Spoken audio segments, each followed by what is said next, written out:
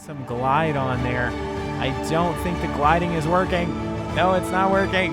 It's not working.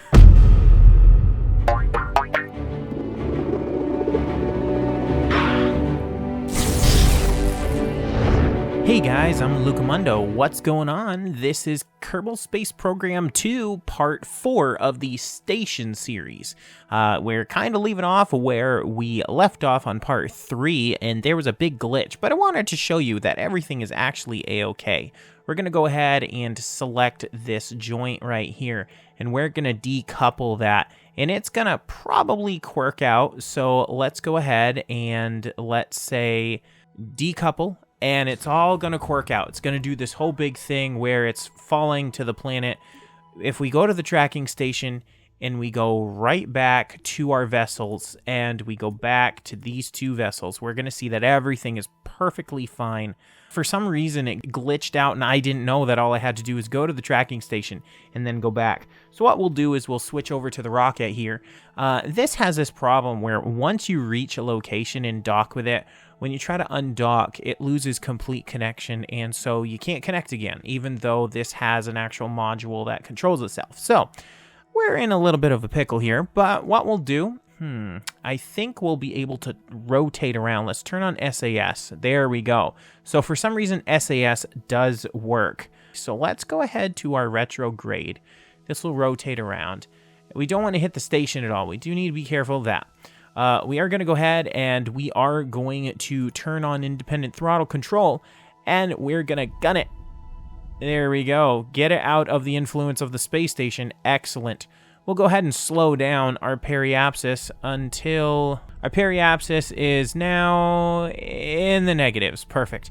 Let's go ahead and just slow down all the way. There we go. And we'll see that we are on a trajectory to impact. That's perfect. Let's go ahead and kill that throttle for just a second. Let's go to our map. Let's see, where are we going to land? Oh, just on the evening side. So that's great. Let's go ahead and slam on the brakes a little bit more. And there we go, we're out of fuel. Now we can just go ahead and coast right down to the planet's surface. And then we can go ahead and just recover this. Oh, and it's going down. Sun is going down. Oh, wow, that's dark. Boom. Oh, we did lose the booster itself. Uh-oh. Uh-oh. Keep it from breaking. Oh, just broke a little bit. Let's go ahead and recover that. We did get a little bit of damage, but excellent. Excellent, excellent. All right, so we're pretty much at pro grade, and we are looking fantastic. Guys, we are going to be doing something super cool. So I know I had talked about going to Minmus. However, we have so much Delta V in this space station. We are going to be going farther out than Minmus. We're going to be headed to Duna. Now, unfortunately, when I highlight the Duna atmosphere or highlight the Duna sphere of influence, it just tells me it's Ike. But it's not. That's Duna. And so we are going to try to make it to Duna. We are going to just accelerate on prograde for a while just to try to get out of Kerbin's sphere of influence. And so let's go ahead and just burn at full speed. We'll go to the map, and we'll see that we're actually kind of burning. Apparently, we were burning on apoapsis, which is not the best way to do it, but we have so much fuel that shouldn't be a problem at all. Now, we're going to go ahead and burn this for quite a while. You know, guys, this is being very stable. This is an absolute wonderful opportunity to just say how much more stable this is. I know in KSP1, if you had a shuttle with that type of an angle attached to it, it would be totally throwing this off and causing so many issues. Now, KSP1 had some stable parts to it, but honestly, this is working phenomenally well for how buggy KSP2 is. So kudos there for that update that they had recently done. I believe that helped a tremendous amount. Now we're on the periapsis again. We'll go ahead and we'll speed up and we'll just continue burning with this hydrogen and see if we can get out of the sphere of influence of Kerbin.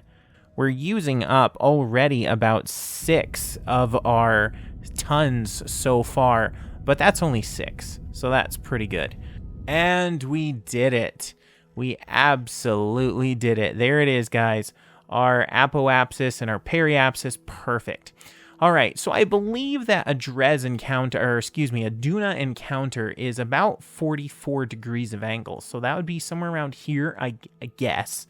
Let's go ahead and create a maneuver node. And let's just see how we can do this. Unfortunately, yeah, we were on the periapsis side. We do not want to have a Kerbal re-encounter. Let's see. Okay, so yeah, we're definitely going to be off on our calculations. But if we can pull it, well, that's pretty far. Oh. Right there. There it is. There is our encounter. There we go. I like that. We're getting a pretty close encounter. I kind of like that. I'm actually liking that a lot. Too bad we didn't have the science update already. That would be really cool to then collect some science. But there we go. That's what we're going to do. So let's go back to our space station and let's just warp to that node there. Let's go ahead and get onto target direction for our burn. And I think we're lined up pretty well. Yeah, we are. We're lined up super well. Oh, fantastic. Now, we're going to go ahead, and it says we have 40 seconds left, but we're just going to start burning because we know that this particular maneuver takes a lot longer than what it says it should. So we're going to go ahead, and we're going to speed up quite a bit. We're going to go up to 50, although it keeps on kicking us out at 50, unfortunately. Okay, whoa. So, again, future Lukamundo here. I wanted to kind of explain what's going on. You're going to see a lot of timeline pass. I spent the next over an hour to an hour and a half just trying to get the burn proper. And come to find out, when you speed up on burn, it tends to not actually increase in the proper angle, and it kept on throwing my space station off to one side. Even though it was showing me going directly at the actual target maneuver, for some reason it didn't work. So you're seeing all of this, but eventually I figured it out how to get close enough to Duna, but with some extra complications. You'll see, keep watching. All right, guys. So, unfortunately, heading to Duna is proving to be quite a problem because we ran out of RCS control with the monopropellant. We now have no way to actually keep ourselves on course because of the shuttle. So, we've got two options. We can disengage the shuttle, drop it completely, and then continue on our way because this is about a space station. Or we can drop the shuttle with Kerbals in it, and they can head to Duna separately. I'm kind of thinking I want to do both strategies here. And so what we'll do is we're going to go ahead to our Kerbal management, and we are going to go ahead and Bob or Jeb. We're going to put Jeb in the Osprey, which is the shuttle. We're going to go ahead and we're going to do the absolute unthinkable undock. Oh my goodness, I can't believe I'm doing it, but here we go. Oh my goodness, and we did it, didn't we? All right, so now let's go ahead and we're going to target Duna with this guy. He has 1500 Delta V. That should be close to enough. Set as target, create a maneuver node. There we go. And then let us try and get this maneuver node into a position that's going to work and see if we can at least end up on Duna. Oh, man. This is just so terrible how things have turned out, unfortunately. All right, so we are going to nail the surface. All right, that's good enough for me. Let's go ahead to our next maneuver point that's several days away. Oh, there we go, guys. That's the shuttle encounter. That is pretty good. Let's go to our space station. All right, so there's the encounter. Let's go ahead and go to target. We are in target. Awesome. Let's go to that maneuver several hours away. All right, so we're coming into distance 700,000 kilometers from Duna. And here it is. I'm burning only at 23%, and this is our injection line for the influence of Duna. It is good. We're going to line up almost directly with the planet. I did run out of fuel for those liquid engines, but they did help a little bit with getting a little bit closer. All right, so the first thing we are going to do is go to the tracking station and go to our shuttle. There we are. There it is. Awesome. And let's go to our retrograde, because the one thing we want to do is we want to slow down. So let's go ahead and focus on Ike. No, not Ike. Focus on Duna. They're very good. And if I were to burn even the slightest bit, that's going to pull us right down. Awesome. There it is. There. Oh, we're going to hit the top. Oh, that's going to be fantastic. I am totally looking forward to that. I'm wondering if we could somehow come around and hit it here, but we'll see. We'll see how it goes. We do have an impact, so that is fantastic. Let's go back to the tracking station.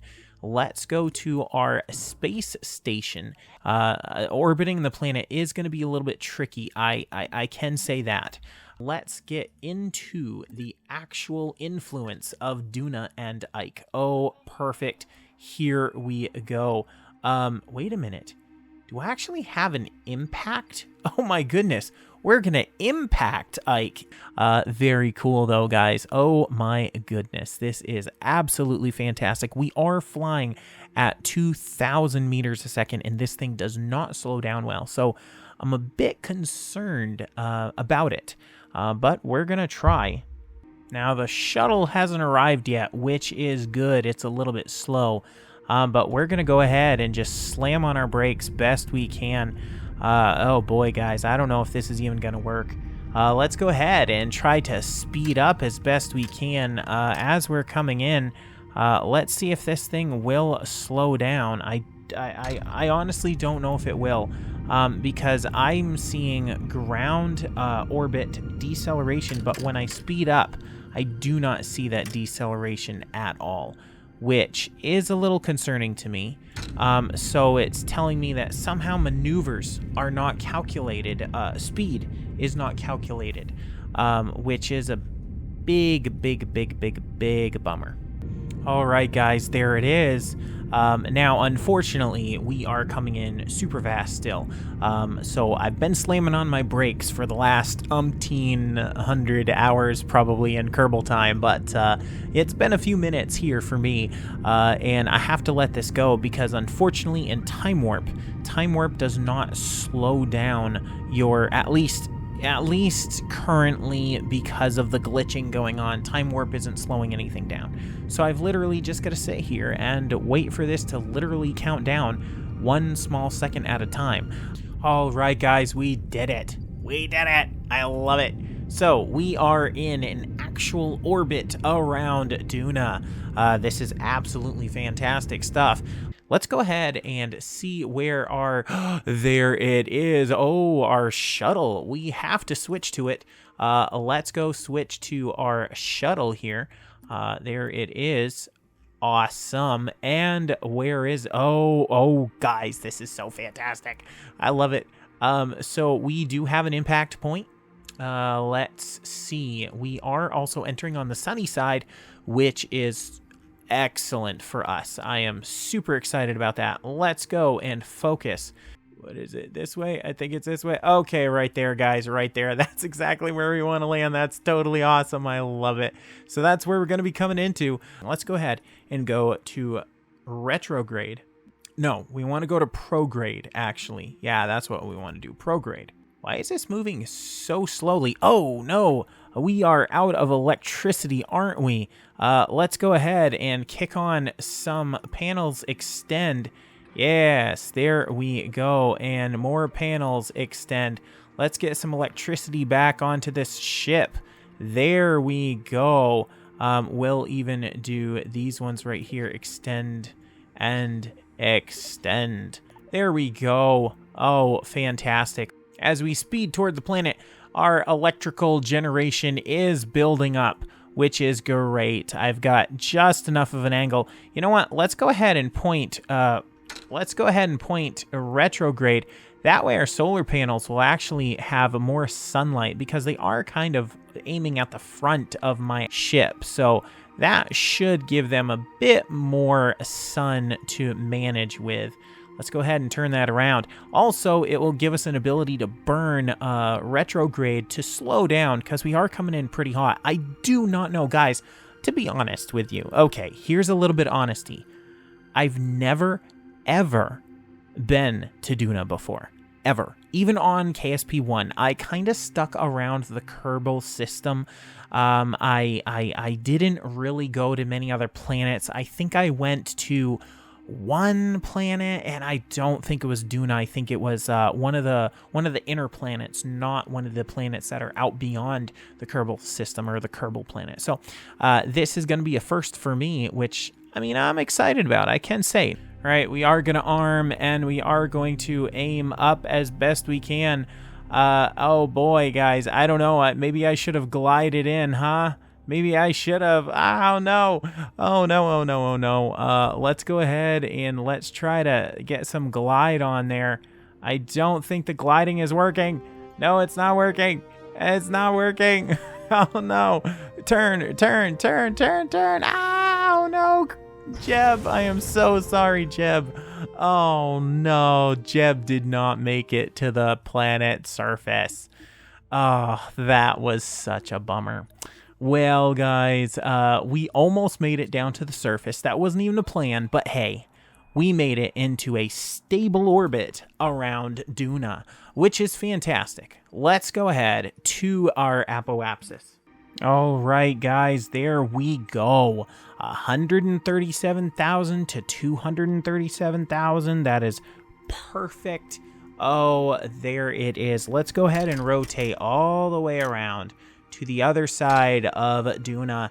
We are in a stable, very stable orbit around Duna, which is absolutely fantastic. Look at that. That is so epic, so excellent. Thank you guys for joining me on this fantastic adventure. This space station series has been really fun to do, I have to say.